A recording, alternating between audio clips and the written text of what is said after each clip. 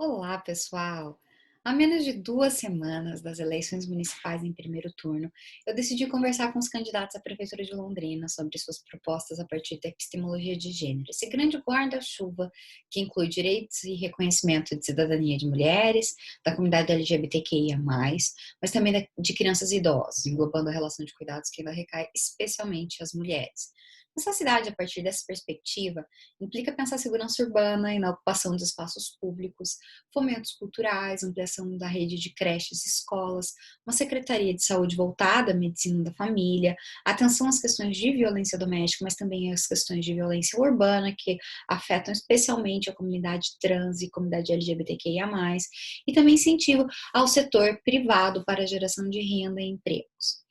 Nossa intenção com esses papos é trazer informação para fundamentar um voto consciente e te auxiliar nessa escolha, sobretudo em tempos que as políticas públicas locais são tão essenciais para o bem viver, não apenas por conta da pandemia, que ressignifica toda a demanda do Estado, mas também pela situação de crise política e econômica ímpar que o Brasil se encontra e também de um contingente e contínuo corte de gastos públicos que são vistos como algo supérfluo, que talvez não seja bem o caso.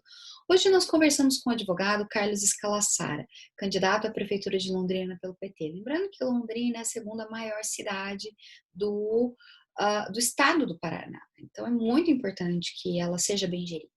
De longa trajetória, defendendo a categoria dos trabalhadores, não só no município, ele traz consigo um nome sólido e uma atuação ética, tendo sido procurador-geral de Londrina nas gestões anteriores do partido e também participado da reestruturação do LEC, o Londrina Esporte Clube. O lema de sua campanha é Vida Digna Londrina. E eu sou a Manuela Denora, vocês já sabem, venham comigo para ouvir as propostas do candidato Scalassara para a segurança urbana, mobilidade, creches, escolas, trabalho e saúde das mulheres e comunidade LGBTQIA+. Seja muito bem-vindo, Dr. Carlos Scalassara, para esse espaço de conversa e de debate hoje. E eu queria, já vou te começar com uma pergunta, para o senhor se apresentar, falar um pouquinho, né, fazer o seu jabá aqui inicial, já pedir os seus votos, e falar um pouquinho sobre quais são as propostas do senhor para quando for eleito, sobre escolas e creche, que eu acho que é algo que importa muito para as mulheres nesse momento. Muito grande estar com você. Você é uma mulher empoderada, é uma mulher que milita na defesa dos direitos humanos, doutora em direitos humanos, alguém que ama a gente, isso é muito bom, né? Bom, a minha proposta para creches é termos creches, né? Para o atendimento de todas as crianças que precisam, não só pelo direito delas, mas principalmente pelo direito das mães, tanto ao trabalho como ao estudo, né? Porque nós precisamos de creches também em horário noturno, né? Porque a mãe, ela às vezes tem aí seu projeto de vida, de estudar, e não tem como se não tiver uma creche de amparo, né? E atender 100% as crianças com creches. A gente sabe que é realmente uma demanda que não só que hajam creches e escolas, né, que suportem essa demanda, que é real, e agora com a questão da pandemia, há uma necessidade mesmo desse auxílio e da possibilidade. Como que o senhor entende que vai se dar? Vamos supor, tá? Pelas prospecções que se tem, a vacina sai mais ou menos no meio do ano que vem, pela prospecção que tem. Como que o senhor entende que vai se dar a reabertura nesse período? O senhor acha que já seria possível fazer uma retomada gradual a partir do ano que vem? Ou, por enquanto, apenas outras medidas de cautela? Olha, o que nós temos por hora é perspectivas. Certeza nós não temos, né? E o que nós precisamos é ter no município um plano de recuperação de conteúdo. As crianças que estão sem acesso não podem ficar no prejuízo. E também, quanto a creches, nós não podemos ter creches em férias, né? Nós temos que ter as creches funcionando o tempo todo, né? Porque as demandas, elas são variadas e acontecem de forma ininterrupta. Mas eu espero que haja aí a vacina, que essa vacina seja aprovada pelas autoridades sanitárias, né? E que passem pelas testagens necessárias, né? Nós temos que voltar assim, com as atividades educacionais com segurança, né? Porque basta uma vida que se perca, já não valeu a pena, né? Então, precisamos tomar muito cuidado nesse sentido. De Perfeito. todo modo, eu quero te dizer o seguinte, Diga. que a minha proposta de governo, a essência dela, é democracia participativa, democracia deliberativa, né? Então, nós queremos que tudo seja sempre muito bem discutido, né? Que os nossos conselhos sejam conselhos representativos, que os nossos conselheiros sejam pessoas assim, com formação continuada, né? Porque não é a vontade do prefeito, é a vontade construída com o prefeito, construída com a sociedade, com os segmentos e pessoas diretamente interessadas. Mas hoje, é como eu vejo a situação. Escutar a comunidade é muito importante, né? Parece que a gente está sem espaço para ser ouvido, então começa a surgir movimentos que nem sempre sabem o que fazer com a voz que acabam tendo, né? E aí a gente acaba tendo algumas distorções no ambiente político e distorções da própria noção, né? De política e de participação. Então é muito importante realmente que haja essa reconexão com as pessoas, né? Para que a gente tenha propostas efetivas. Excelente. Doutor, Sabe, Manu, doutora Manu, é que eu te conheço, então fica não, difícil por chamar favor, não muda. Manuela, Magro, Denora. Chama de Manu, pelo amor de Deus. Chamar de Manu, né? Você tocou no assunto aí, né? Preciso ouvir, mas nós precisamos ter mecanismos eficientes para que as pessoas possam ser ouvidas, para que elas possam ter voz efetiva, né? Para que elas possam participar da deliberação, né? Então, é como combater a corrupção. Não adianta eu dar soco na mesa, né? E falar grosso, e falar bravo, e achar que com isso eu vou combater a corrupção. Não, eu preciso criar mecanismos de combate à corrupção. Para tudo é preciso ter instrumentos, Nem né? desmontar, né? Esses mecanismos. Não basta. Exatamente. Inclusive, exato. E não basta falar que só porque acabou, acabou, né? Mas enfim. Sim, é Doutor, verdade. a gente sabe que nos últimos anos houve um corte significativo de verba pública, inclusive em setores importantes como da saúde, né? E houveram alguns cortes também em alguns setores que me parece aqui dentro do município, que me parece que são essenciais hoje, que são as políticas públicas que eram voltadas a partir da Secretaria da Mulher, que faziam um fomento com políticas públicas específicas para esse público, né? E amplo, tudo aquilo que é conectado a essa realidade, e a questão da comunidade LGBTQIA+. Quais são as propostas para o senhor dentro desse guarda-chuva, que a gente sabe que quando a gente fala de saúde da comunidade LGBTQIA+, é algo muito amplo, não é simplesmente a gente falar que precisa ter um postinho aberto, é considerar que nós temos aí políticas específicas que cuidem a partir enfim, das noções específicas de cada grupo. A gente tem aí o fenômeno das pessoas trans, que tem sim necessidade de ser ouvidas. A gente sabe que existe uma comunidade hoje em situação de rua que também tem fatores de gênero envolvido, que a família não aceita, a família expulsa, enfim. Quais seriam as políticas e as propostas de políticas públicas que o senhor tem hoje para desenvolver a respeito dessas comunidades? Olha, primeiramente, priorizar as pessoas, né?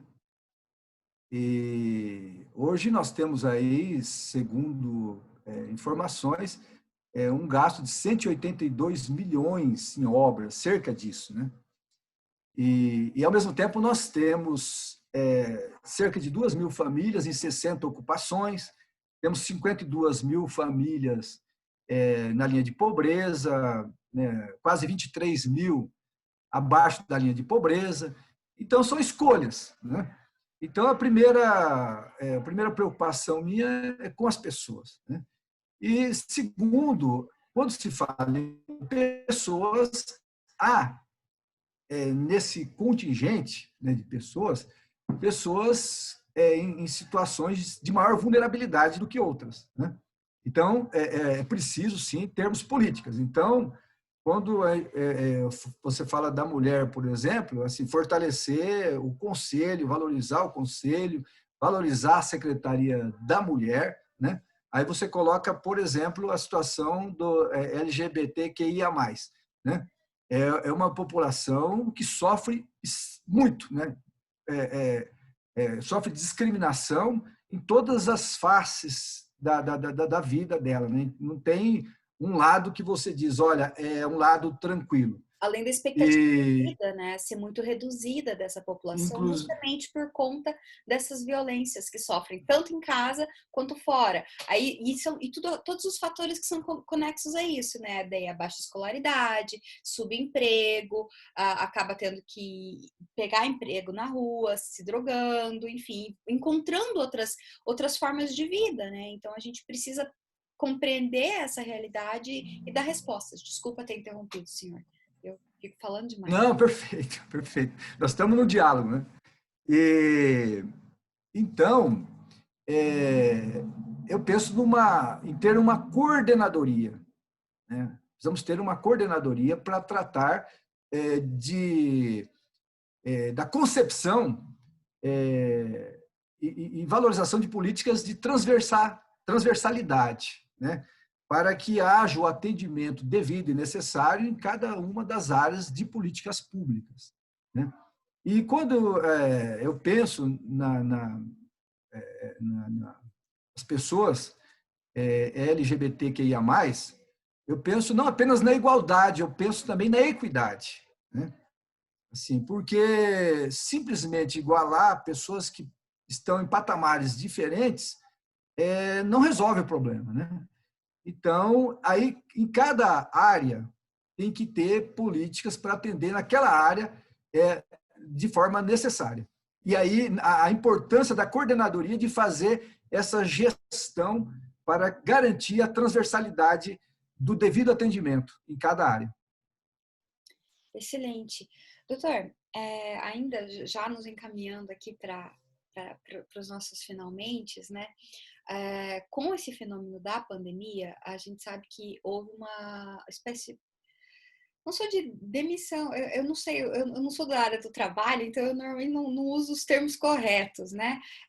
Mas houve uma certa taxa de desemprego formal, vou colocar nesses termos, no que tange as mulheres, e mesmo, lógico, a comunidade LGBT, mas quanto às mulheres, sobretudo as mulheres mães, foram elas as que mais sofreram, justamente por conta do acúmulo de trabalho, enfim, das novas dinâmicas, não só as dinâmicas de home office, enfim.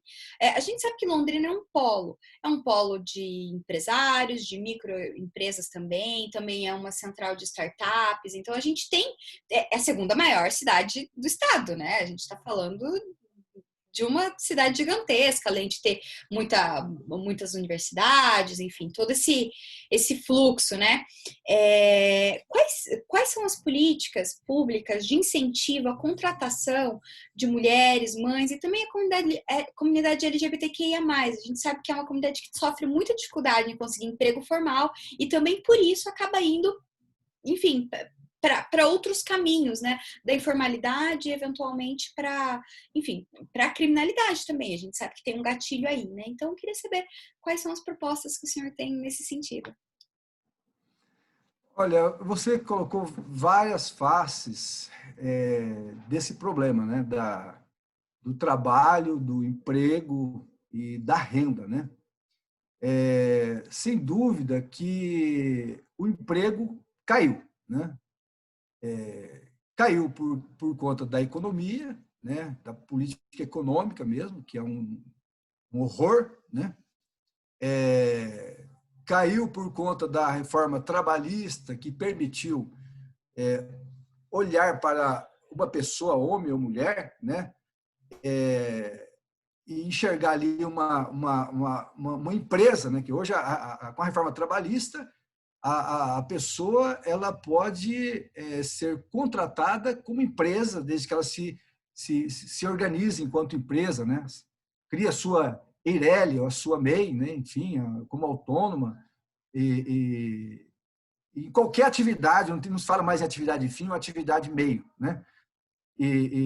Então, para o tomador de serviço, fica muito mais em conta contratar quem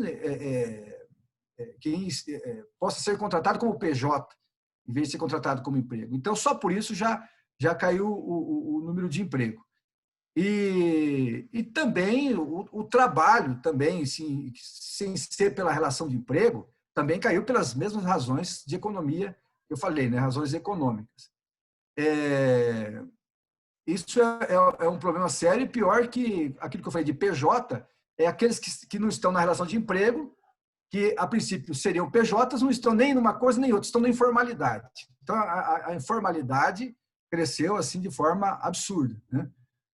E nós temos que pensar assim na geração de emprego. Bom, primeiro, geração de emprego. Como? Investindo em quem mais pode criar emprego, que é a pequena, a média empresa, com créditos, né? Recursos do orçamento, para caso do empreendedor, por exemplo, para criar atividade econômica junto a empresas, pequenas e médias empresas, né? Nós também temos que possibilitar crédito para aquela trabalhadora, aquele trabalhador que não está na relação, não é empregador, mas é um PJ, por exemplo, né? Então, essa pessoa tem que ter acesso também a crédito para desenvolver o seu negócio, né? Também nós temos como proposta a economia criativa. Então, você tem lá alguém que... Você tem aqui alguém, você tem a moda, você tem o vestuário, você tem peças de decoração, você tem a gastronomia, você tem o lazer, o turismo, festivais, teatro, cinema, produção em vídeo, né? E assim por diante. E você tem, junto às universidades em Londrina, cursos, né, afetos a cada uma dessas atividades. Então, aí é importante investir em parcerias para que, a partir dessas parcerias, esses cursos, esses professores, esses alunos, enfim, em atividade de extensão, possam qualificar os produtores e os produtos, né? Então, isso também gera atividade econômica, né? Você tem também a agricultura familiar também, que pode gerar, né, atividade econômica, a agricultura fundada essa agricultura na solidariedade, com foco nas pessoas e não no capital em si, né? Também você tem a possibilidade de crédito para as mulheres da área rural também, não só para a área urbana, mas para a área rural, também ter ali a sua atividade e condição de produzir, de escoar e vender, de comercializar aquilo, né? Também há a possibilidade de hortas comunitárias, ver espaços públicos que possam ter hortas comunitárias para gerar também atividade ali de produção e, com isso, minorar as despesas, né, da mulher, que hoje nós temos muitas mulheres como chefe de família, né? Então, de alguma forma, ter políticas nesse sentido. Mas tudo isso, sabe, Manu, assim, dentro de uma proposta de governança comunitária também. Porque, assim, só para falar um pouquinho da proposta assim, que eu tenho para a democracia participativa e deliberativa, né, para não ser algo de cima para baixo, né? Então, assim, primeiro, criar um conselho de gestão pública em cada uma das regiões da cidade, região sul, norte, leste, oeste e centro. Conselho de gestão pública com membros escolhidos pela comunidade, né? E esses conselhos, eles vão ter função de governança comunitária naquela região, eles vão ter a missão de unir aquela população em atividades do poder público, da administração pública, autorizada, né? E também de realizar muita coisa em parceria com a administração pública e também organizada vai ter mais poder de cobrança.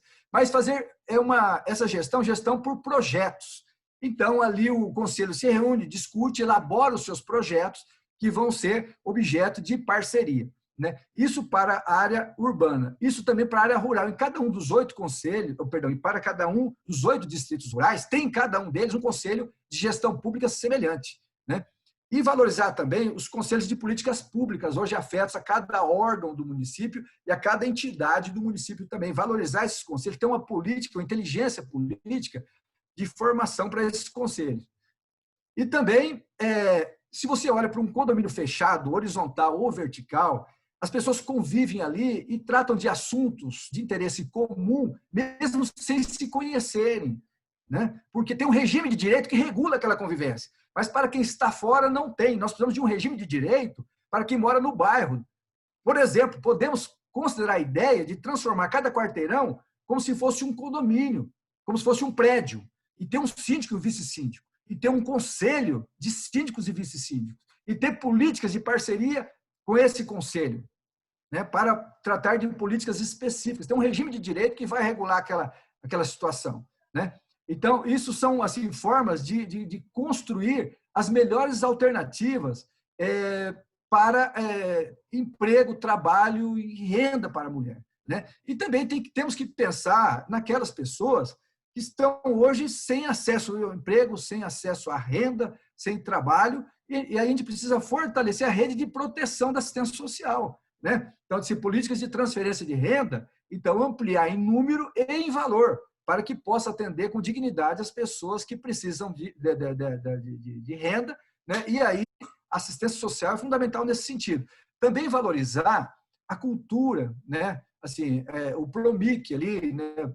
Aprovar projetos, né? Possibilitar recursos para que projetos sejam aprovados e possam, então, fomentar atividades culturais em cada uma das regiões, especialmente na periferia, né? Ter cultura em todo o município. Desculpa. Imagina, o senhor não tem que pedir desculpa nunca. Eu que estou interrompendo. Esporte também, né? A mesma coisa. Alô, eu acho que o senhor... Aqui, o senhor está me ouvindo? Tô sim. Não, o senhor trouxe 2 pontos que eu achei muito importante e que talvez seja bacana a gente dar um destaquinho aqui. Porque essa proposta, né, de uma equivalência aí de condomínios, que seria mais uma noção de bairro, né? Porque o pessoal que está nos seus bairros, eles realmente são pessoas que estão interagindo e vendo os problemas reais que aquelas comunidades têm. Isso tem uma relação direta com a relação que as pessoas têm com as cidades, com a relação que a gente vê hoje praças aqui em Londrina, mesmo na região central, que estão abandonadas. Então a gente vê que as pessoas elas deixam de ir para esses espaços e começam a ir para espaços privados e que necessariamente tem a questão do consumo e aquelas pessoas que não têm condições, inclusive financeiras, de estar ali numa praça de shopping center consumindo, elas não têm espaços de segurança também, né? Porque a segurança, quando a gente pensa segurança urbana, de mobilidade para as mulheres e para a comunidade LGBTQIA+, a gente também está pensando para as crianças, a gente também está pensando para os idosos, que é a questão de acessibilidade, eu sou bastante crítica porque eu tenho visto muitas árvores sendo cortadas. Londrina já é uma cidade tão quente, que tem árvores que não é, isso não é uma poda, coloca uns bonsais no lugar, enfim. Esse incentivo à cultura também ficou bastante ausente nos últimos anos. Londrina sempre foi considerada uma cidade polo cultural. A gente tem o Filo, que é enfim, que é um pecado que tem feito com isso, com o desmonte. A gente tem espaços no nosso centro antigo, que são belíssimos, que podem ser ocupados. Quais são as propostas que o senhor tem? Porque tudo isso também traz um bem viver. E o lema da campanha do senhor, vida digna, né? A ocupação da cidade para as pessoas. Vida digna. Sim, a primeira parte da sua fala, né? Sobre praças, né? Fundos de vale, e me faz lembrar de piqueniques, né? De segurança, você falou, né? Porque eu até escrevi um texto dia desses sobre o piquenique e o direito à cidade, né?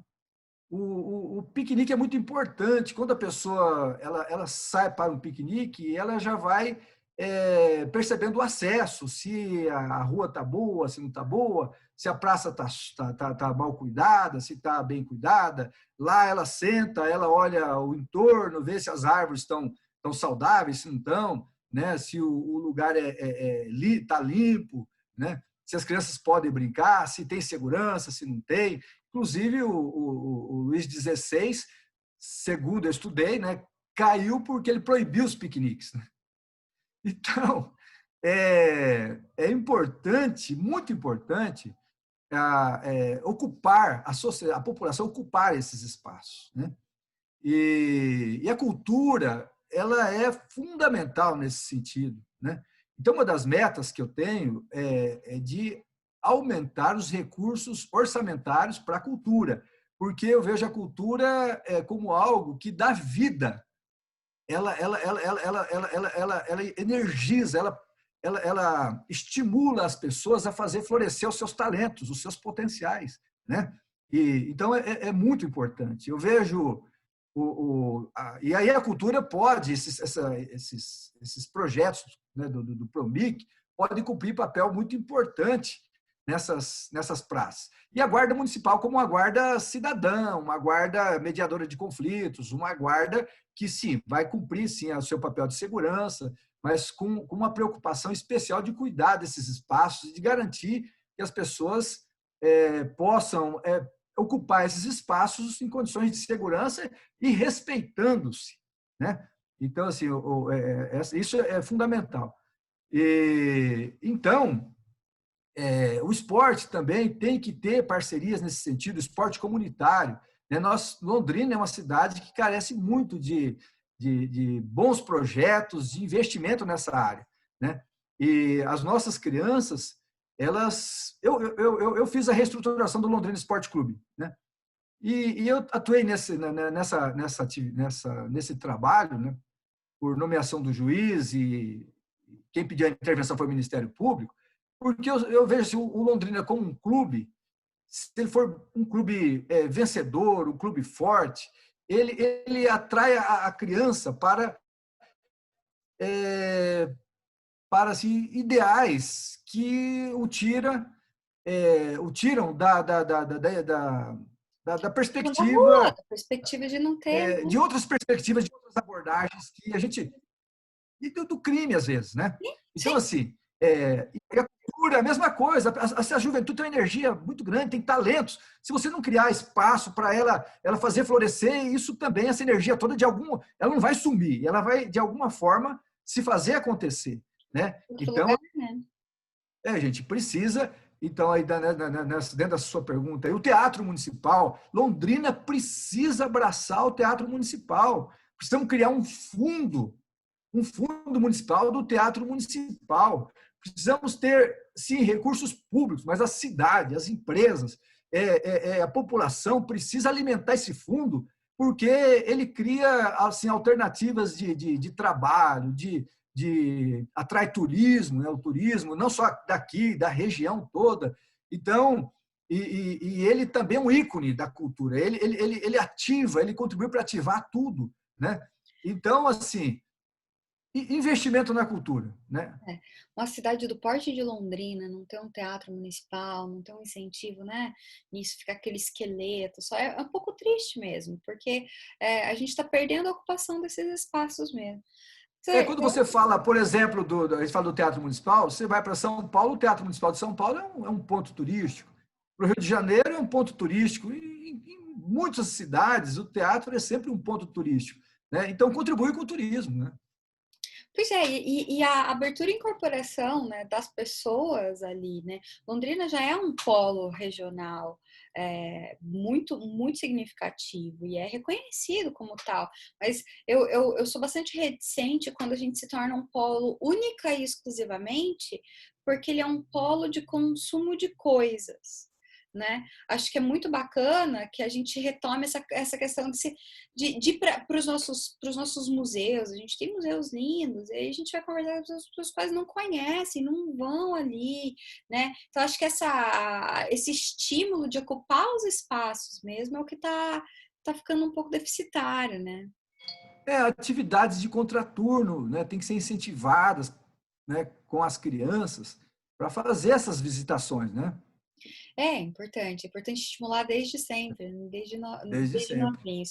Doutor, já nos É. encaminhando para o final, o senhor tem algum recado final aqui para dar, para fazer sua Eu ia campanha? falar do, eu ia falar do Londrina Esporte Clube. Como Fique que à assim vontade, o espaço é seu. o mecanismo ele é muito importante, né? É, o doutor Eiler, que é do Ministério Público, requereu a intervenção o Ministério Público requereu, né? A intervenção no Londrina Esporte Clube, o doutor Reginaldo Melhado me nomeou para fazer a reestruturação administrativa, e o Londrina estava devendo lá 6, 7 milhões ou mais, não lembro exatamente os valores, né? E só tinha um bem, né? E, enfim, aí eu tive que encontrar 50 pessoas para formar um conselho, né? E encontrei essas 50 pessoas, 25 titulares, 25 suplentes, né? E olhei para o Londrina e falei, ele podia ser pensado como se fosse um município. Lá tem um presidente e um prefeito e um vice, a Câmara de Vereadores tem um presidente e um vice, e tem um conselho. Pensei com 25 membros, porque Londrina tem 19 vereadores, mas pode ter, pela Constituição, 25, né?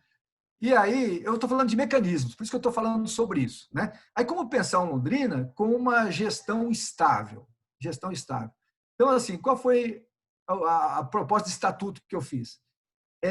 Desses 25 conselheiros, 5 serem nomeados. Um pelo município, poder público lá dentro. Outro pela CIL, quer dizer, a representação comercial e industrial lá dentro. Outro pela OAB, a legalidade, né, lá dentro.